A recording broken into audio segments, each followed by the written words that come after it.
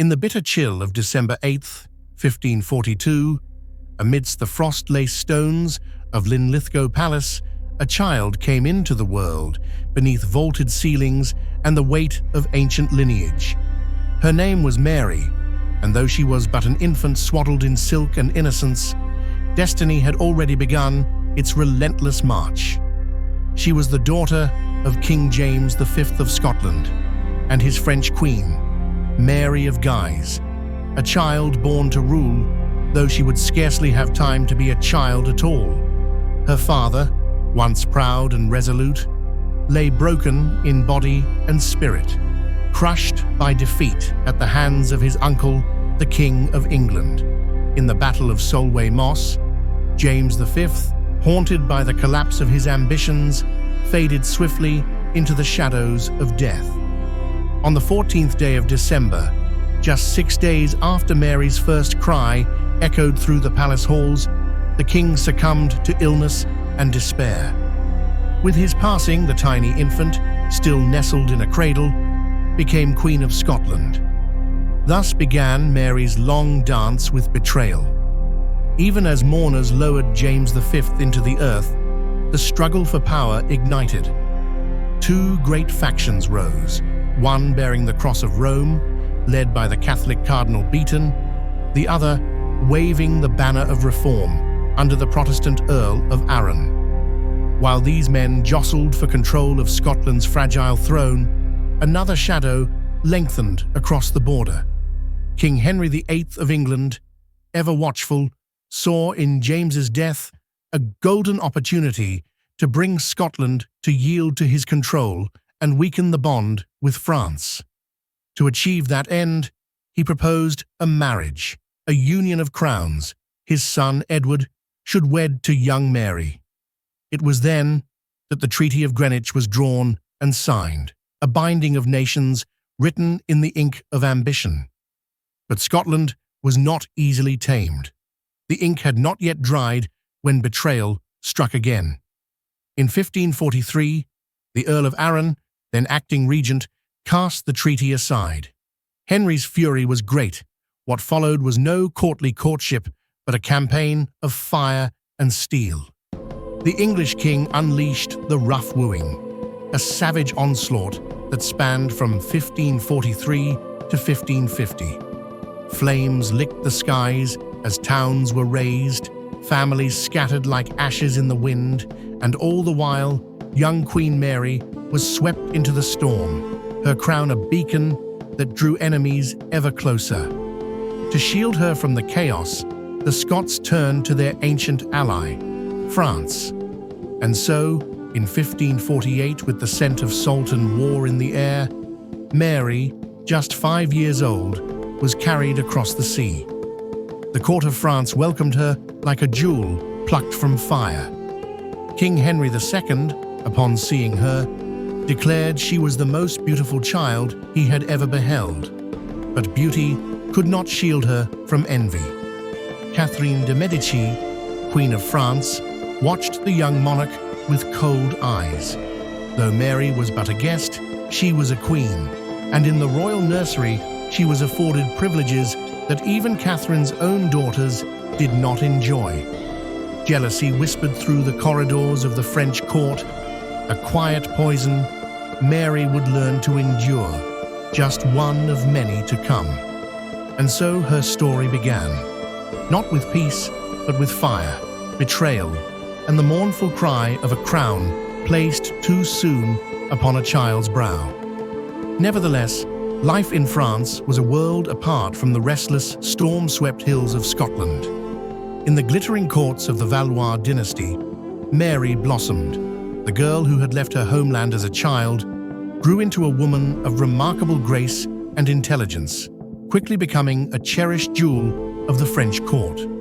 Fluent in Latin, Greek, Italian, and Spanish, and skilled in music and dance, Mary possessed not only the charm of a queen, but the refinement of a scholar. She was adored, admired, and watched. Though the French court dazzled with opulence and artistry, beneath the gilded surface pulsed a steady undercurrent of ambition and intrigue. It was within this world that, in 1557, King Henry II of France began quiet negotiations regarding the future of his delicate son, Francis, and the vibrant young Queen of Scotland. By the spring of the following year, on the 19th of April, 1558, the betrothal was made official. The treaty, elegant in its phrasing, assured that Mary would retain her kingdom's ancient rights and customs. Should Francis die, she would be free to remain in France or return to the land of her birth. It seemed, outwardly, a fair and honorable arrangement. But behind the ink and vellum, behind the courtly smiles and blessings, a darker pact was sealed.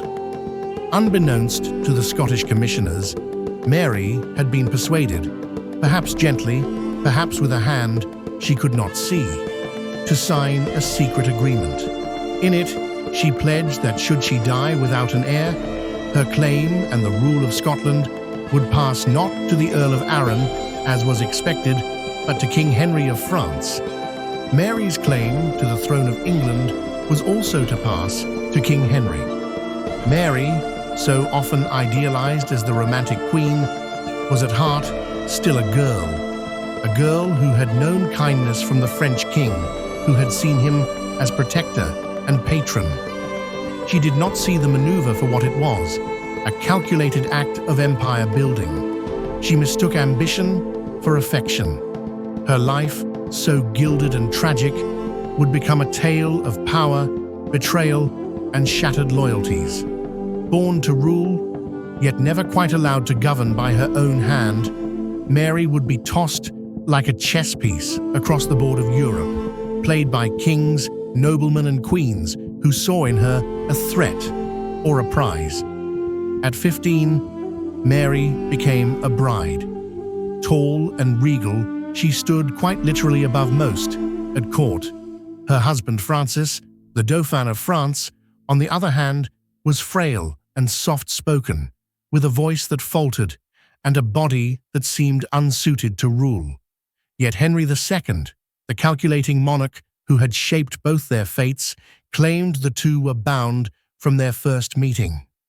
Though the marriage was crafted of politics, it was, in its own quiet way, also a union of hearts, a fleeting moment of tenderness in a life so often marked by cold strategy. It wasn't long after the nuptials of Mary and Francis that history twisted upon itself, and everything changed. In November of 1558, Mary Tudor, England's embattled queen, breathed her last. Her death left a throne unguarded and a crown waiting. Into this void stepped Elizabeth, her younger sister, a woman whose very legitimacy was contested by half the courts of Europe. Elizabeth was no rightful queen to Catholic monarchs, but the bastard offspring of Henry VIII's heresy, born of his schism with Rome. Their hopes turned instead to Mary Stuart, the Queen of Scots, granddaughter of Henry VII, and, by Catholic reckoning, the true heir to the English crown. King Henry II of France did not hesitate. He seized the opportunity to herald Mary's claim to the English throne. His son Francis, husband to Mary, was now not just Dauphin, but, in his eyes, King of England, and Mary was his queen. Their coats of arms were revised to include the lion and fleur-de-lis of Scotland and France, and now the leopards of England. It was a bold declaration, a direct affront to Elizabeth's sovereignty, and it was exactly the kind of challenge that pleased the French king's pride.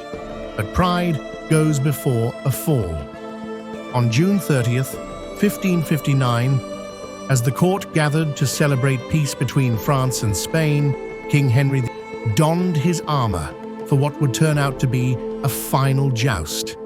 During the tournament, a long fragment of wood from a shattered lance pierced his eye, driving deep into his skull, reaching his brain. For 10 agonizing days, Henry lingered in torment, his strength failing as fever and infection consumed him.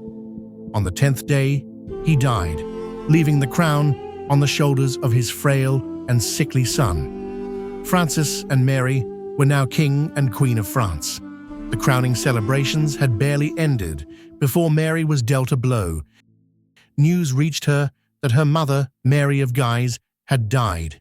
Mary was beside herself with grief. Life wasn't done with her yet, and her pain was made even more severe when Francis became ill. One day, after returning from a hunt, his face pale, his voice strained, he complained that a sharp and relentless pain had seized his ear. Physicians were summoned and prayers whispered, but nothing could stay the tide. On December 5th, 1560, just over a year after his coronation, the young king succumbed to an abscess of the brain. He was 16, and Mary, barely 18 herself, was suddenly all alone. A widow, a queen without a kingdom, a stranger in the land that had once cradled her. France, once her refuge, had become a cage of uncertain allegiances. Mary made a choice, one that would change the course of her destiny. She would return to Scotland, the homeland she had left in childhood. But what awaited her there was not the warm welcome of a nation waiting for its queen.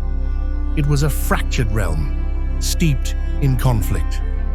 On August 19th, 1561, Mary Stuart arrived at Leith, dressed in white, the color of mourning in France. Her figure stood tall against the grey sky, a ghost of royalty stepping ashore in a land simmering with suspicion. She was a Catholic monarch in a country rapidly tilting toward Protestantism. Her half-brother, the Earl of Moray, stood among her skeptics, and in the pulpits, firebrand preacher John Knox thundered against her, condemning her faith, her femininity, and her right to rule. Yet Mary did not meet fire with fire. She chose instead a different path, one of tolerance or perhaps of hope. She did not impose the Catholic Mass upon her subjects, nor did she cleanse her court of Protestant voices. Instead, she formed a council, dominated by the very men who mistrusted her. It may have been a political calculation, or perhaps more simply, the outlook of a young queen who still believed in the goodness of people, even when the world had shown her so little of it. With the crown of Scotland secure upon her brow, Mary Stuart turned her gaze outward, across the courts of Europe, in search of a husband, a partner whose blood and alliances might fortify her reign and bolster her contested claim to the English throne. Names of princes and noblemen drifted to her from the four corners of Christendom, each more glittering and advantageous than the last. Mary set her sights on Spain. There, the heir to the mighty Philip II, the troubled Don Carlos, offered both danger and opportunity. Yet Philip, ever the master of caution, rejected the idea of binding his dynasty to the turbulent Scottish queen. It was then that her cousin and rival, Elizabeth of England, unfurled her own intrigue. Through her silver-tongued ambassador, Thomas Randolph, Elizabeth proposed a union most curious. Mary should marry Robert Dudley, the Earl of Leicester, Elizabeth's favoured courtier and, if whispers were to be believed, her lover. In return, Elizabeth might deign to name Mary as her heir, but neither party showed much enthusiasm. Mary viewed Dudley as a political decoy, and Dudley himself offered little warmth. In jest, or maybe guile, he suggested a different match, Lord Henry Darnley. Mary had met Darnley briefly in 1561, while still wrapped in the widow's veil for her late husband, the French King Francis II. Their true meeting came 4 years later at Wemyss Castle. There, amidst the grey stone and cold sea air, Mary found herself enchanted. Darnley was tall, taller than most, and handsome in the way young men often are before time dims their fire. She called him the lustiest and best-proportioned lang man she had ever seen. Though he bore no crown, Darnley was no stranger to royal blood. Both he and Mary traced their lineage to Henry VII of England, and any child born of their union would stand dangerously close to Elizabeth's throne. Elizabeth herself saw the peril, but Mary would not be swayed. On July 29, 1565, in the candlelit halls of Holyrood Palace, Mary became Darnley's wife. Yet no sooner had the vows been spoken than the mask slipped. Henry Darnley revealed himself to be vain, idle, and petulant, a spoiled man who preferred the hunt to the council chamber, and who, it was whispered, took pleasure in both women and men beneath the cover of night. And here Mary found herself betrayed. Encouraged by her enemies, Darnley began to demand not just affection, but power. The title of king consort did not satisfy his ambition. He desired the crown matrimonial, a privilege that would grant him sovereign power should Mary die. She refused him, and the rift between them deepened. His jealousy festered, aimed most venomously at David Rizzio, Mary's trusted Catholic secretary. Darnley, like many at court, was Protestant, and Rizzio's influence provoked both suspicion and hatred. Darker rumors spread that Rizzio, not Darnley, was the father of the Queen's unborn child. Blinded by rage and manipulated by those who wished to see Mary fall, Darnley joined with a faction of Protestant lords, and on a cold March night in 1566, he led them through the shadowed corridors of Holyrood Palace. They burst into the Queen's private chambers, where she dined quietly with Rizzio and her ladies. There, before the eyes of a horrified and pregnant Queen, David Rizzio was torn from her side and stabbed to death, his blood staining the stone floor red. Not even the birth of a son could mend what had already splintered beyond repair. In June of 1566, Mary brought forth a child, James, the Prince of Scotland, and the promise of the Stuart line. For a brief moment, the palace walls echoed with celebration. Here, at last, was an heir, a silver thread woven through the dark tapestry of her troubled reign. But if Mary hoped that motherhood might soothe the jagged edges of her marriage, she was swiftly disillusioned. The chasm between her and Darnley yawned wider with each passing day.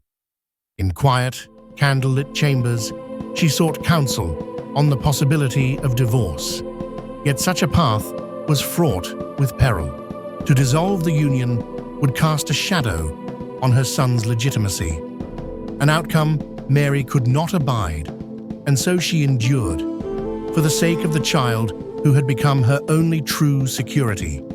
But fate, never kind for long, dealt her another blow. Less than a year after James's birth, Darnley fell ill.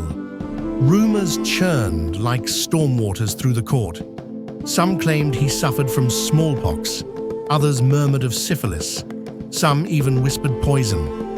But none of these spectres would be the one to claim him. Under Mary's urging, Darnley was persuaded to return to Edinburgh. He was installed at Kirkhoe Field, a modest house just beyond the city walls. There he convalesced in uneasy quiet.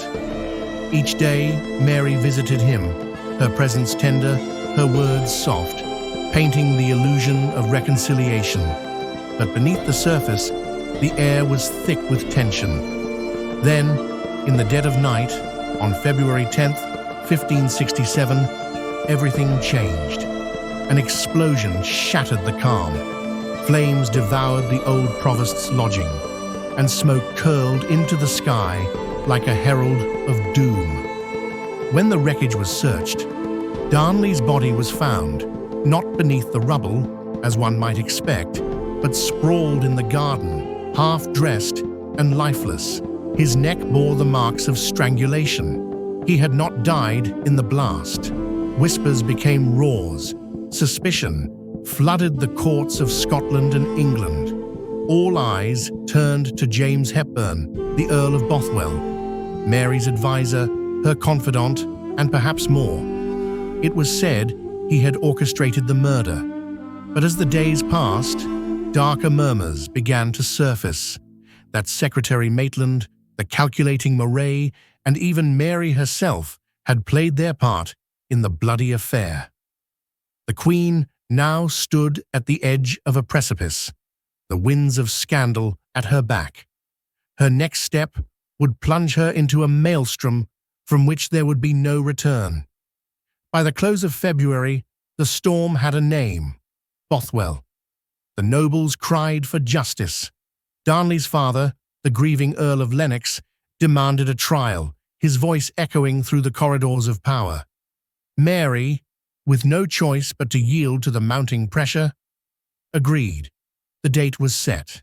Yet when Lennox petitioned for more time to gather evidence, he was denied. The trial was little more than a spectacle that lasted a mere 7 hours. No witnesses were called. No proof was presented. And so, in the eyes of the law, James Hepburn walked free. But the court of public opinion was not so easily swayed, and neither was fate. The Queen had begun her descent, and before long, the crown upon her head would weigh heavier than she could bear. James Hepburn, Earl of Bothwell, was a man carved from ambition and daring.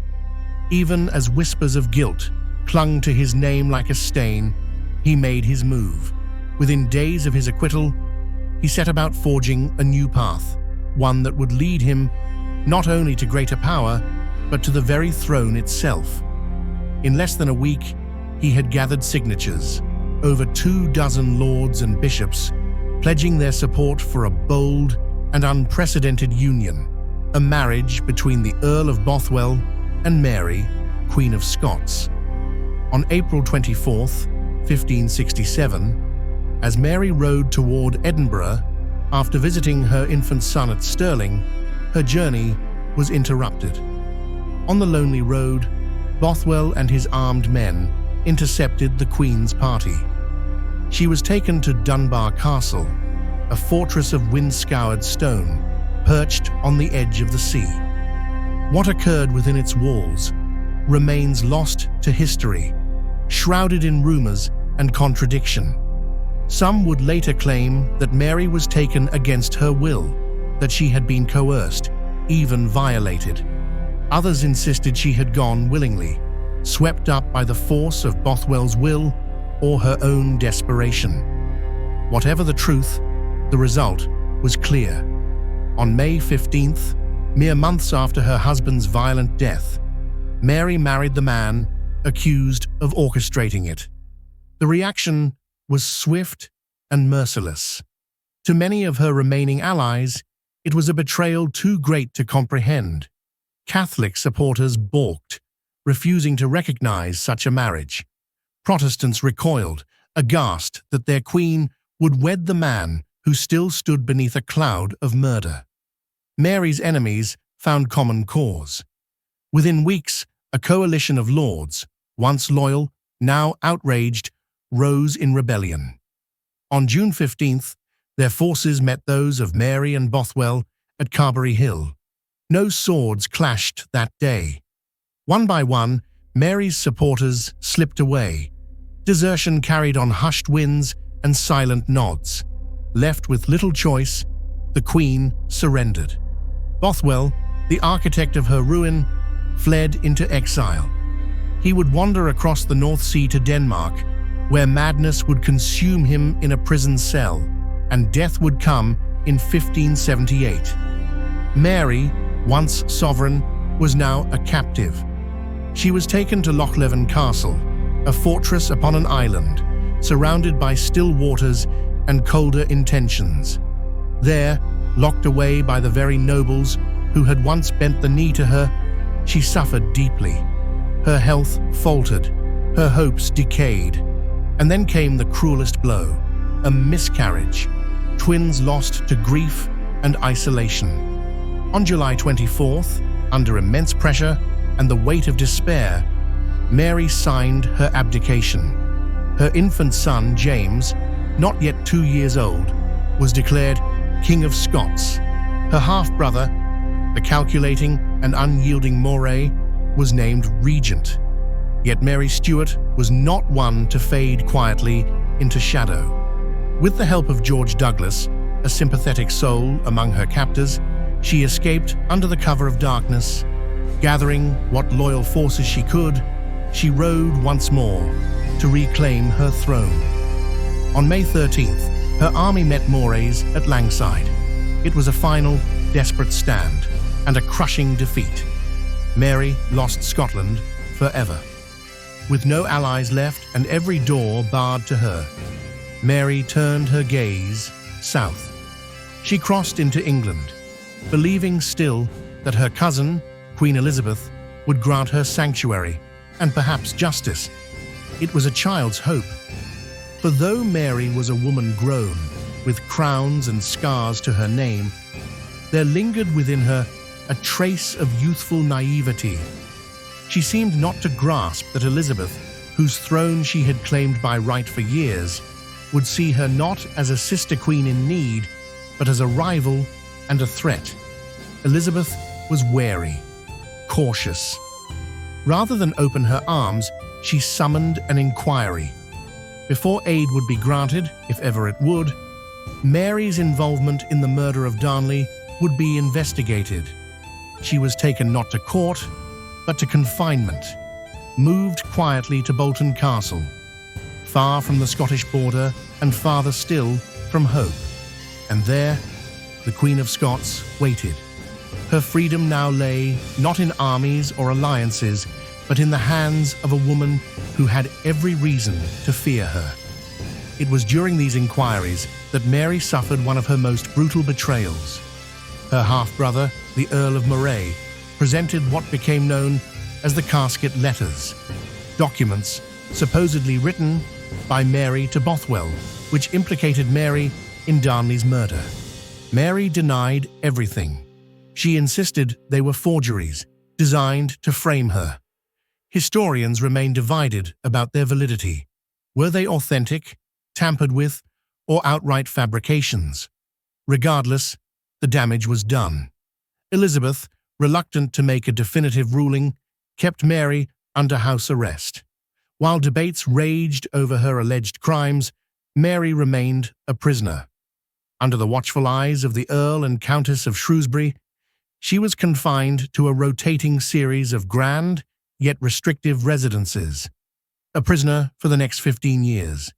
Even in captivity, Mary lived as a queen, with fine tapestries, a retinue of servants, and meals fit for royalty. But beyond the gilded walls, the wheels of conspiracy and betrayal continued to turn. Unable to abide being a prisoner any longer, Mary wrote to her son, King James of Scotland, proposing that they rule the country together. Unbeknownst to Mary, James, who had been raised a Protestant, aligned himself with Queen Elizabeth I against his Catholic mother. In 1585, he officially renounced her proposal. This was perhaps Mary's deepest blow. Under the watchful eyes of Sir Francis Walsingham, Elizabeth's spy master, Mary's every move was scrutinized. It was he who devised the bond of association. This made Mary guilty of every Catholic plot devised to overthrow the Queen of England, whether she was involved or not. As the years passed, Mary, even though she had grown older, was not necessarily wiser. Her status as a prisoner didn't stop her from corresponding with those who sought to usurp Queen Elizabeth and make her queen instead. It was these correspondences that sealed her fate. In 1586, a plan was devised by Anthony Babington, a Jesuit priest, and Mary herself. The plan was essentially to invade England with a French army, remove Queen Elizabeth from the throne, and make Mary queen. Mary responded in a letter, agreeing to the plot. Her response, like all the others, was intercepted, decoded, and this sealed her fate. Elizabeth hesitated to sign her death warrant. To execute Mary, a fellow queen, set a dangerous precedent. But the evidence, the intercepted letters, the confessions of conspirators, sealed Mary's fate. On February 1st, 1587, Elizabeth signed the death warrant. Her Privy Council, acting swiftly and without informing their queen, ensured it was carried out. On the morning of February 8th, 1587, Mary faced her fate with dignity. Stripped of her clothes, except her crimson petticoat, she uttered her final words, "Into thy hands, O Lord, I commend my spirit." Kneeling on the executioner's block, the executioner struck 1, 2, and then a third time before fully severing her head. In one final act of betrayal and humiliation, when the executioner held her severed head up and shouted, "God save the Queen," meaning Queen Elizabeth, Mary's auburn-colored wig fell off, revealing that her real hair was very short and had faded to gray. In the end, Elizabeth refused Mary's final wish to be buried in France. Instead, she was laid to rest in Peterborough Cathedral. But her story did not end there. In 1612, her son James became King James I of Scotland and England. He ordered her remains transferred to Westminster Abbey, ensuring her place among England's monarchs. Guilty or wronged, ambitious or betrayed, the legacy of Mary, Queen of Scots, remains shrouded in controversy. But one truth endures: her life, her death, and her legend shaped the fate of two nations.